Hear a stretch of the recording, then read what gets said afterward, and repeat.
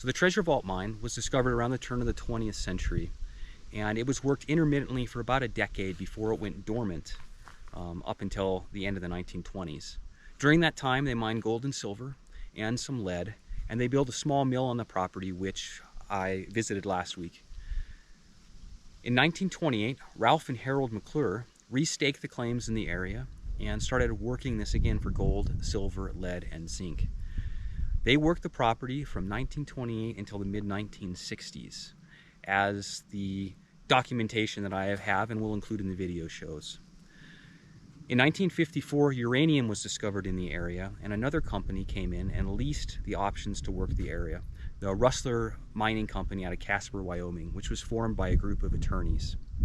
They applied for government assistance, which was available at the time to help them extract minerals such as uranium, and they were denied due to the poor quality of the area.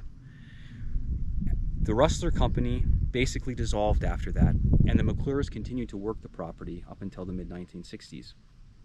In 1965, a gentleman came here and did an exploration of the area for the Bunker Hill and Sullivan Mining Company up in northern Idaho. It was a big, powerful mining company. He didn't have access to a lot of the workings because many of them were caved or flooded.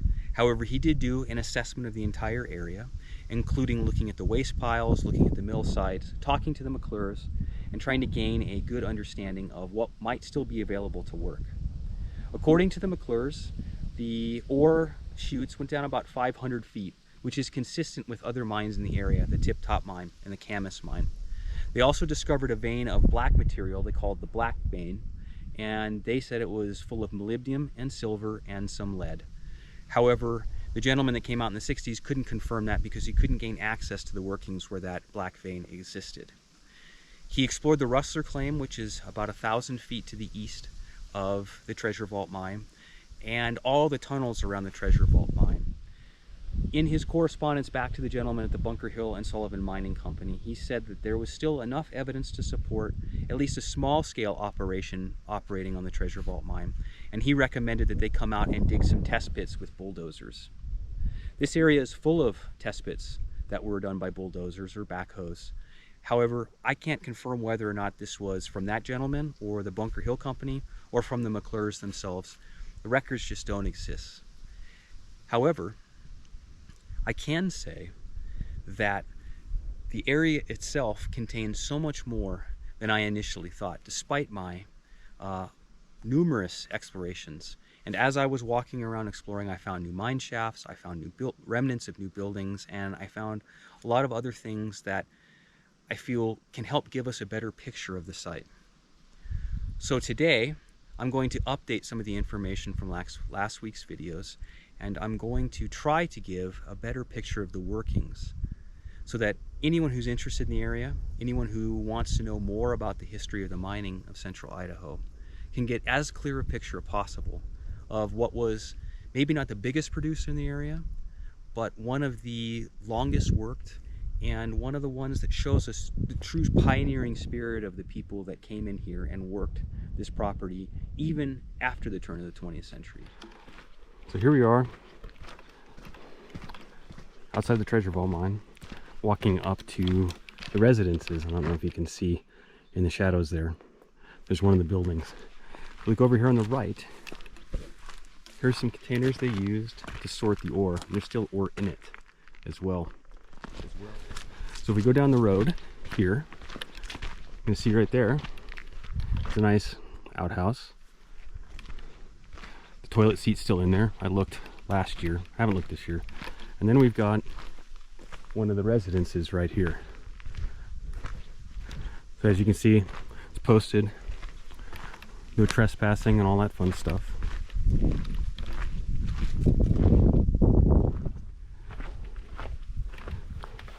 I won't go in it out of respect for the people who own it, but you can see in there.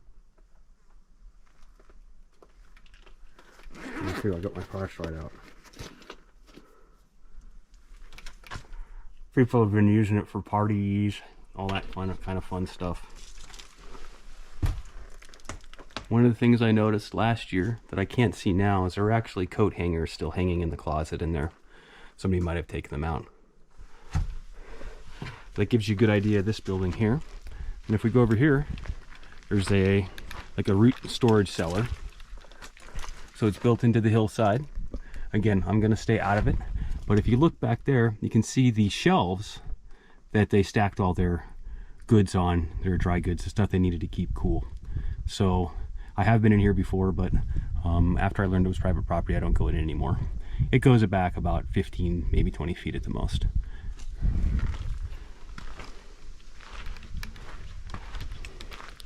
So then we've got stuff down here. There's a creek right through here.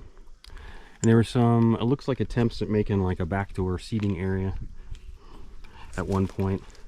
All that is gone now. Let's see if we can get down there.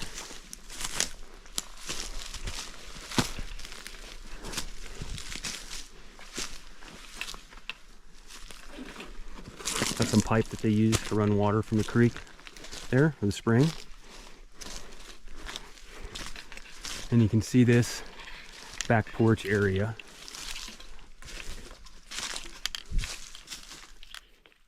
And the windows that are boarded up. And then this is one of the rooms. It was a bedroom at one point. I'm going to stay out of it just because I don't want to trespass on private property. Down here, actually right up through here, is one of the mine shafts that they were working. And the stuff that I found said that the McClures lived out here most of the year and worked the mine most of the year. So I'm going to get up there in a minute and I'll show you. There's actually some ore cart tracks that still come out of the hillside and some other stuff. You can see the piping. You can also see this.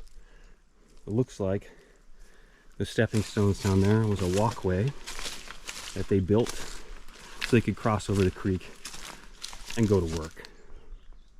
But first, we're going to continue down the road and I'll show you the other residence that's down the way. So here we are, walking up to the second house or residence in the Treasure Vault Mine property. And the McClures lived in either of these or both of them. I don't know which. I can't find any information. However, you can see that despite being abandoned sometime in the late 60s or early to mid 1970s, they're still standing, even with the harsh winters. And last year was just a specifically harsh winter. Got a barrel right there out in front. Somebody removed one of the sinks,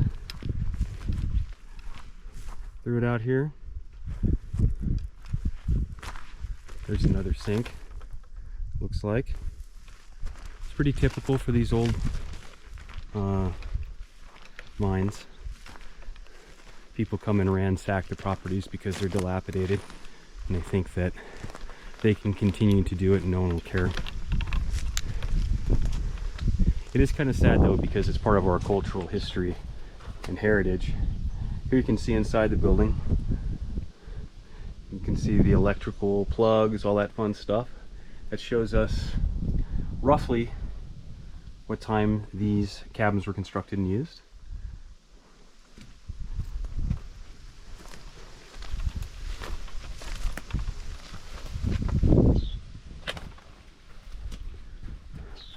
Kind of get an idea here what's going on. You can see that they'd covered this up with sheet metal, and well, people being what they are, they broke in. I'm gonna get my flashlight out and see if we can get a better picture in here. So you can see what we've got in here. You can still see the flooring, which is kind of nice. That kind of gives us an idea of what time frame this is from. Again, it looks like the 60s or 70s. There's some Folger coffee cans, some Ajax cleaner, which I found some more Folgers and Hills Brother stuff in different parts of this property. You can see, I don't know if that's real brick or faux brick siding there. You can see the counter or the counter space. Probably a place where the refrigerator was. Joists, everything for the house. And there's that back room there. Again, I'm going to stay out of it because it is private property and I don't want to get in trouble. Also, I don't know how safe the building is. This gives you a good idea of what probably a relatively luxurious living quarters would look like for these miners.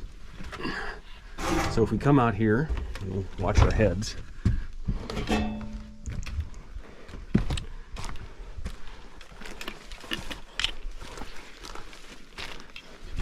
You see that this one also had an outhouse, and looked like it was a rather luxurious outhouse, at least from the size of it.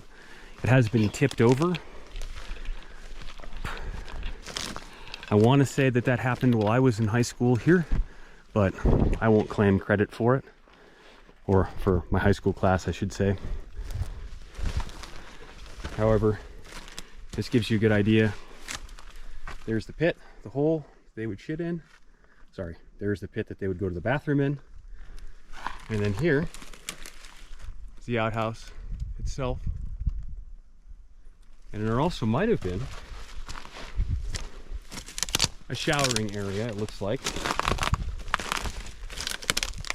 So you can see the bottom of what looks like a shower right there. See in there. And here we have a window, a little vent, because it's nice to have a little bit of air when you're taking a shower. So as far as miners' quarters go, this is actually pretty luxurious. And it's a treasure trove of info for mid-20th century mining in Idaho. And it looks like there's a container, maybe for propane or something, to heat the water up. And you can see there's some more remnants of a building here, sheet metal, and all that stuff. It's actually quite a sight. This kind of gives you a reference point. That is the hill that I was pointing around. There is a mine shaft right over there, and the main treasure vault mine workings are down that road over there. So here we are. The road was right up there. We took the last video.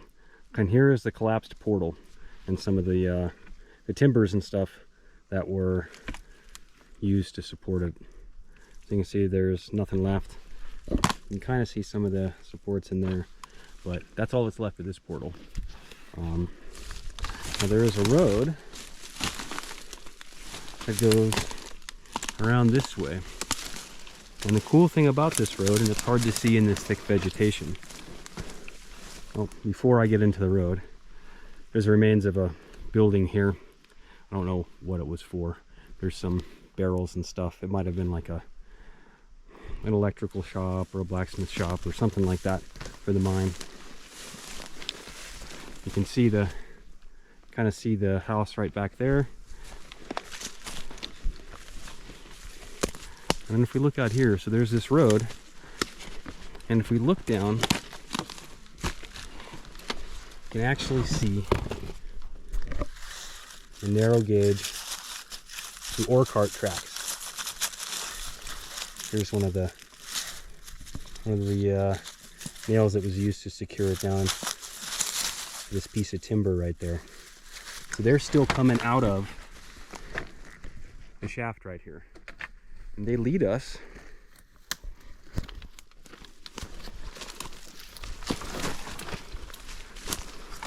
sorry about all the noise, it's kind of overgrown in here.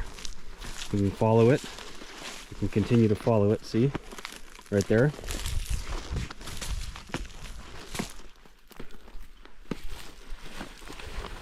Right there. Here we got the second one. So we can see them both right here. And they go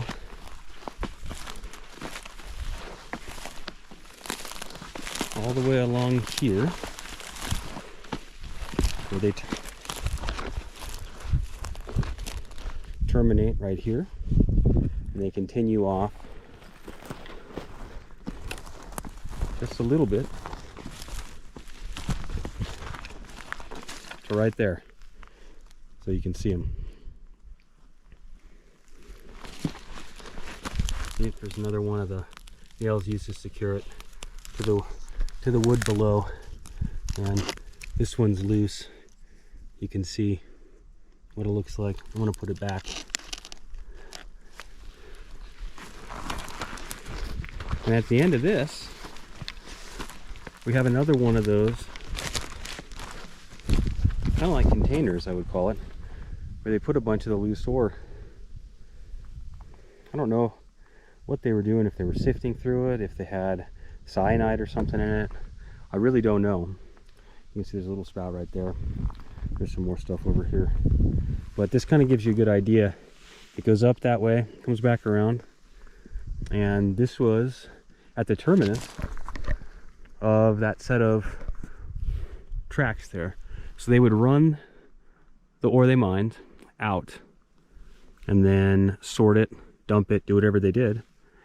Either do what they needed to do here, or it looks like they could back a truck up down here and load it right into the back of the truck. I think that's a pretty amazing part of the site, to find the ore carts still intact. Not very often that we see that. Here you can see there's the terminus for what looks like the dump right here, and then that right there. So it's a pretty cool part of the site, and that gives you an idea of the mountain they were working on. And back up in here is actually part of a tunnel that has long since collapsed and is way overgrown, but the water that came out of it is still coming out of it and flowing down the roadway here. And if you look and see, there's all these flowers that grow in the water that's coming out of the old tunnel. It's one of those things that if this tunnel wasn't here, there's a good chance that none of this water would escape, and that would mean that there wouldn't be any flowers. Another thing that I see through here often in the fall time are moose, and they come down here during the rut. Last year, I don't know, I think I saw 24 of them, probably the same individuals, but they come down here and they drink the water, and the water pools down here as well.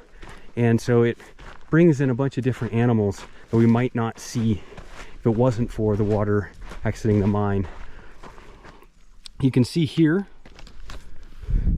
this cut that they made right in that hill there, and you can see for the oxidized ore and what they were looking for to see if it was worth mining there. So there's that big cut there, there's another cut down there, and there's a cut through here that goes like this. And I've been down to all of those, and there's really nothing exceptional about them. It looks like they made the excavation and didn't explore it any farther. But again, you can see the main treasure vault workings there, and the head frame as well, still standing. So we're gonna work our way down that way. Okay, so here we are down at what is the main level of the treasure vault working. So you can see the road goes that way towards the head frame and stuff. But right back in here, it's all overgrown now, I know you can't see it. There was a tunnel or shaft, and this is one of the candidates for the main treasure vault tunnel. The other one is right down the way. But it's overgrown now, can't see much. The cows use it to hang out during the summer. But at one time, this was, it looks like, a pretty big shaft. And I'm gonna try to verify what it was using that diagram I found. But as of right now, it's one of the two candidates for the main treasure vault mine. And then as we walk down here,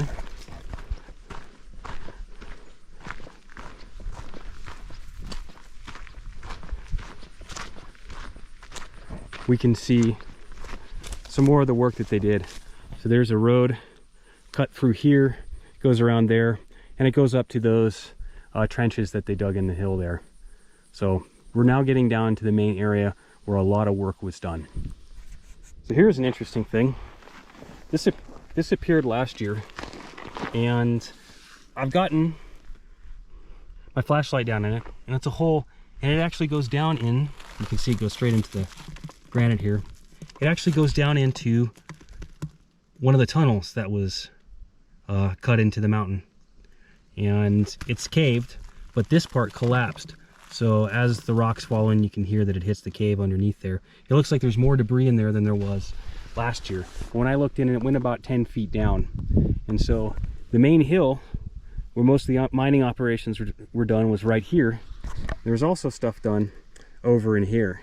So at some point there was a tunnel or a stope or something right here, and the surface has started to collapse into that and left this hole here. that's a pretty interesting thing. It also kind of lets us know that we have to be a little careful when we're walking around these areas, because the stopes and tunnels are pretty close to the surface and they can just cave in at any time. And so here we are at the main mining area, and what I believe is the treasure vault tunnel. There is the head frame that comes out of that incline shaft right there, which we'll get to in a second. But here is what most believe, and what the diagrams suggest, was the treasure vault mine itself. And so you can see the cut in the hill there, and then you can see this is all the waste dump from that mine. So we got here, down here,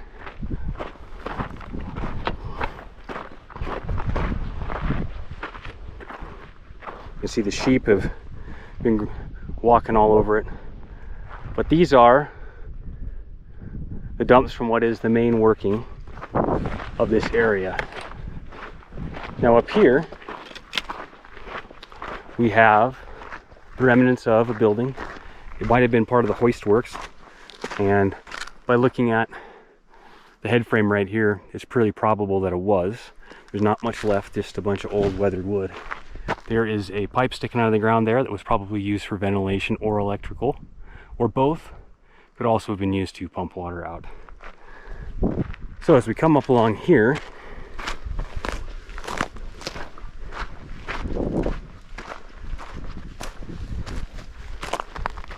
we have the head frame.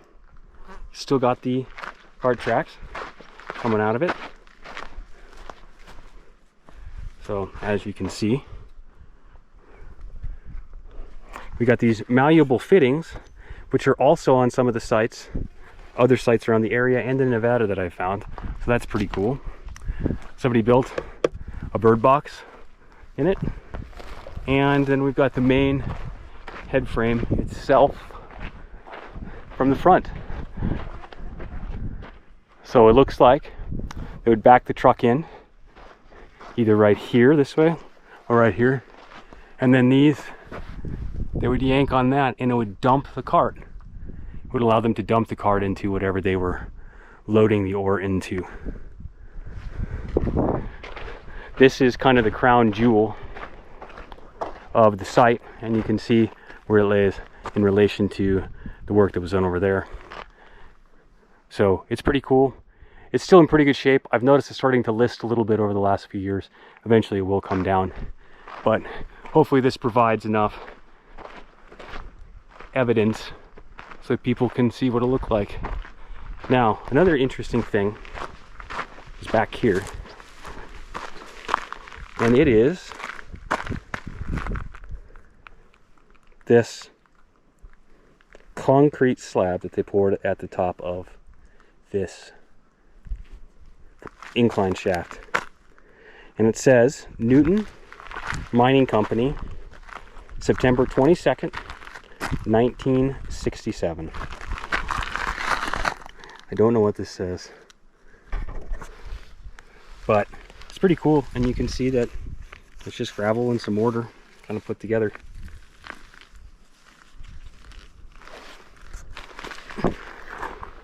I've tried to find some stuff on Newton Mining Company. I haven't been able to yet, but I'm not going to give it up. We get down here, you can actually see into the shaft itself for a little ways, but there's no way to get in there, and for good reason. And it's one thing to look at the remains of an old building or the old head frame of a mine. It's another thing to find something like this, a grave out here in basically the middle of the woods. I stumbled upon this grave a couple years ago, and I mean actually stumbled upon it when I tripped over that granite block right there as I was walking through. I didn't know it was here. I've never found any reference to anyone dying or being buried out here. That doesn't mean that it didn't happen. There are a lot of sheep herders that come out here, and they have a lot of animals with them, sheep, dogs, and so forth, and one of them could have passed away, and that could have been what's buried here. Could also be a person. It's just a stack of granite rocks and a cross made out of two pieces of wood that's lashed together. I thought about applying for an archaeological permit to excavate this to see what's in here, but I've decided against that. I think it's better if we just leave, whether it's an animal or a human, alone, and let them rest in the place that they passed away in. But what it does do is not only does it help me have a deeper reverence, because it shows me that people and animals actually lived out here. Something lived here that was important enough for other people to dig a hole and then put all these granite blocks on top of. It also shows that for the people who lived and worked out here, death was always part of the process, and it was always part of what they dealt with. And when it did happen, they just made do with laying to rest whatever it was that they had, or whoever it was they had that passed away, wherever they could. So out here at the Treasure Vault mine and the claims surrounding it, there's something really unique, something that I haven't found at another site here in this part of central Idaho. It might not seem like much, but it's very helpful in my study and my ability to orient myself around this mining area. And that is this. This is one of the original mining claim markers from the mid-20th century. Not only is it still standing, which is pretty unique, I've only found a few that are still standing, but this one has the markers still on it. It tells me that this was the southwest corner, the Gold Dollar claim, and the Treasure Vault claim. This is such a cool piece of history, and it's just, I don't know, I can imagine the people that were working this. This is probably the McClures coming out here and staking this and leaving it here. I took some pictures of it so you can see this up close, but there's still white paint on the nail. So at one point, this was most likely painted white as they're required to be by law. However, the paint's worn off over the years. It also was probably a little bit higher at one point, but as you can see, the ground is shifted down due to basically just snow load and a whole bunch of other factors. But to be able to see this, to find this out here still standing, is incredible, and it's such a unique piece of this history. So once the ore was extracted from the mines, the miners had to find a way to separate whatever minerals they were looking for from the host rock. The process that they used was called milling, which is a series of different steps, from crushing the rock down to using different chemicals and heat to separate the minerals from the worthless rock, and then either taking it to be smelted on site, which is where they took the concentrate of the gold or the silver or whatever, melt it down into bars like we're all familiar with, or to have that concentrate bagged up and shipped off site to be milled somewhere else. Some mines would ship the raw ore itself to mills that were located other places, but that was often a very expensive and inefficient way for them to process the ore that they extracted from their mines. Now here at the Treasure Vault mine, they built a mill when they initially discovered it at the turn of the 20th century. Not much of that mill is left, but we do still have the foundations, and the foundations give us a good idea of basically what they were doing out here. If you look behind us, you can see these granite rocks right here that were all stacked up. Now there's 4 levels on this mill. One right here, one right here, one right here, and another one right up there. They would bring the rock down from the mine. There's actually an old road there. Load it in through a chute and a series of carts, and then process it through the mill on down that way. And they would take the tailings, the worthless stuff that was left over, and the concentrates, and ship them off and dump the tailings. I'm going to grab the camera here in just a second and show you some of the features of this mill out here. But it's worth noting that in the best piece of literature that I found, they don't talk about the process that was used at all at this mill to separate the gold, the lead, and the silver from the host rock. So I don't really have a good idea of what kind of machines were here, what the process would have looked like, but we can kind of make some inferences based on the very scant evidence that remains.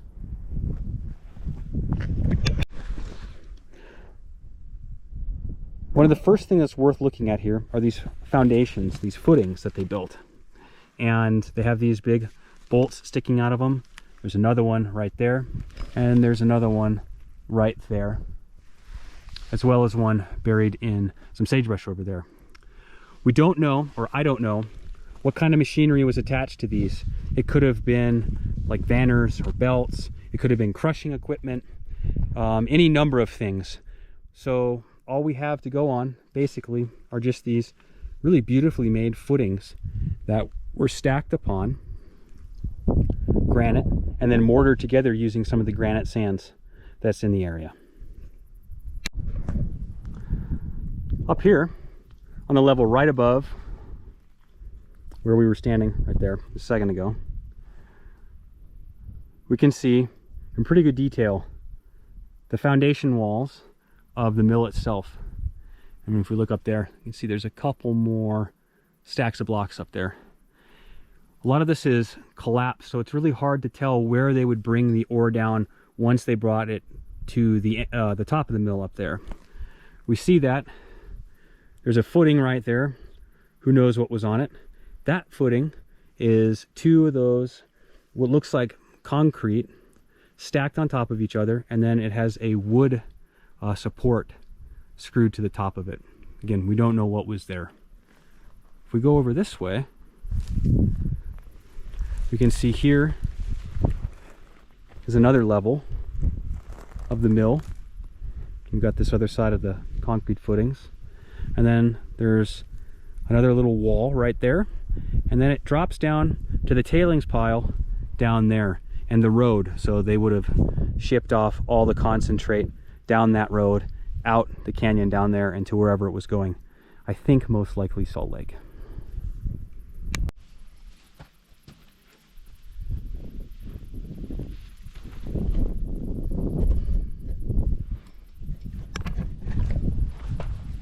So we're a little bit closer to these big wheels, and you can see they are some massive pieces of steel. They probably had belts or cable or something attached to them at one point and used in the milling process, and they were left here because they were too heavy. It is also one of the really interesting things about this site, and it has pieces like this still left out here. You can also see up close just the fineness of the sand that was left over once the milling process was done. So when we talk about the enduring legacy of mining, there are the buildings, there are the mines themselves, but there are also the waste that they leave from the milling processes and the different other things they use to refine the ore. It's always something that we should consider when we're considering new mine sites or we're looking at old ones. What's in the waste piles? How safe are they? And how long are they going to continue to last like they are? GoPro, stop recording. So here we are. We're about, I don't know, 4+ hours in to this site search, and this is the last part of the treasure vault workings. Coming up, you can see the waste pile right there. I am pretty exhausted.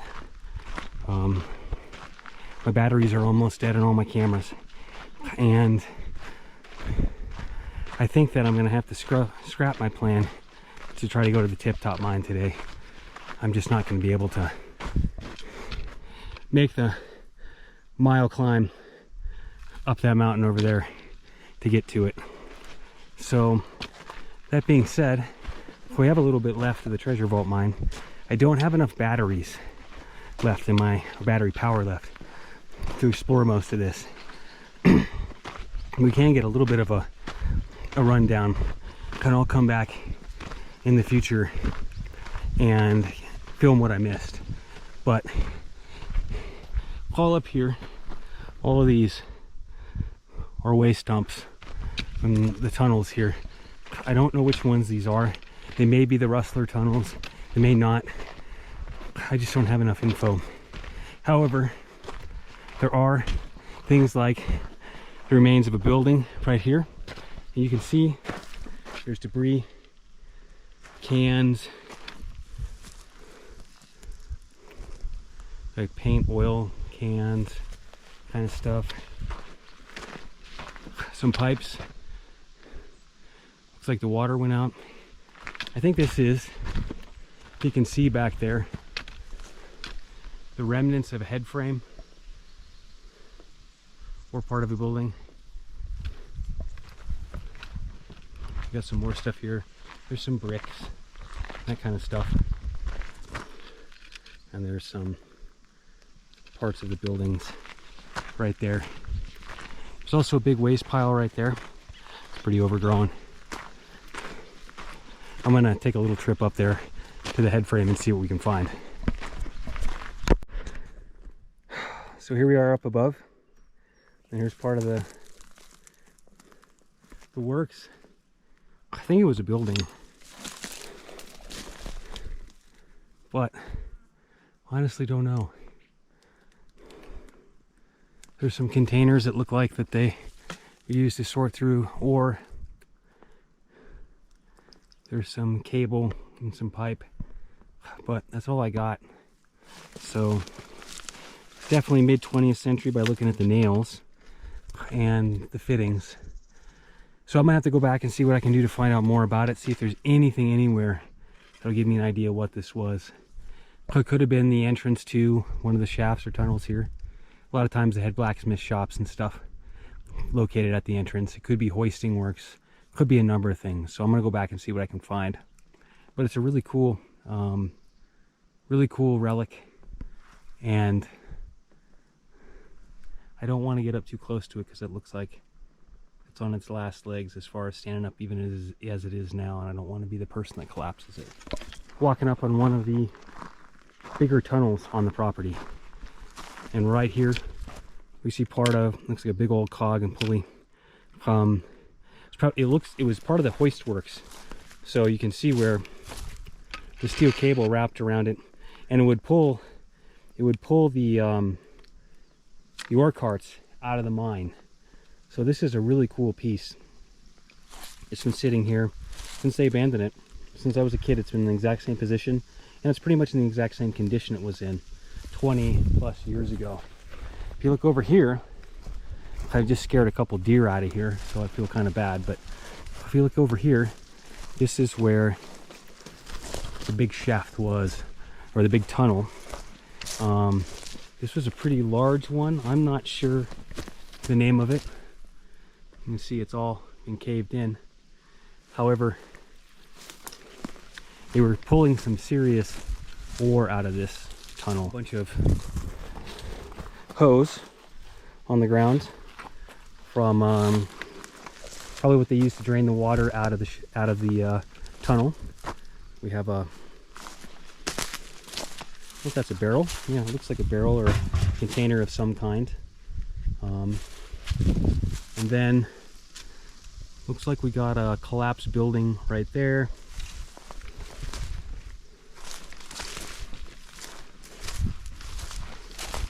Some pieces of metal right here. There goes that deer. Some more metal here.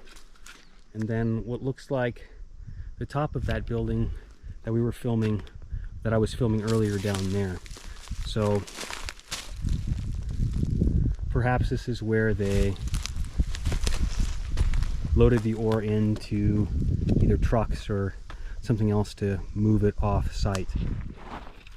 So one of the things, the last little parts of the treasure vault mine, as I'm walking out, is this area, some of these shafts here. You can see the waste piles form, or tunnels, I'm not sure what they were. And there's this cool old, it was either a car or a tractor or something, but it's just sitting here on one of the waste dumps. You can see the steering column is still attached to it, which is kind of cool.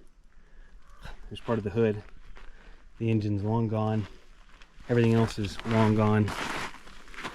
But still pretty cool to see. Looks like some pack rat was making a nest in there. And we can see there, we can see where the dials were. The gauges on the dash.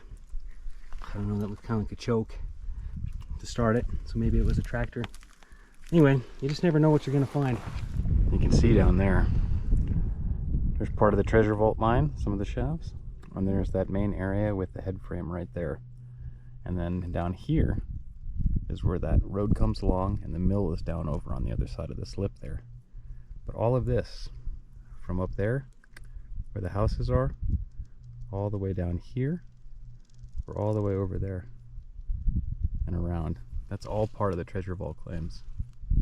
And then if we look over here, you can see over there, right over there, I believe that's the Rustler Tunnel. So it gives you a good idea. They're just following that band of gold as it came all the way across. Through here, through here, through here, and all the way over there.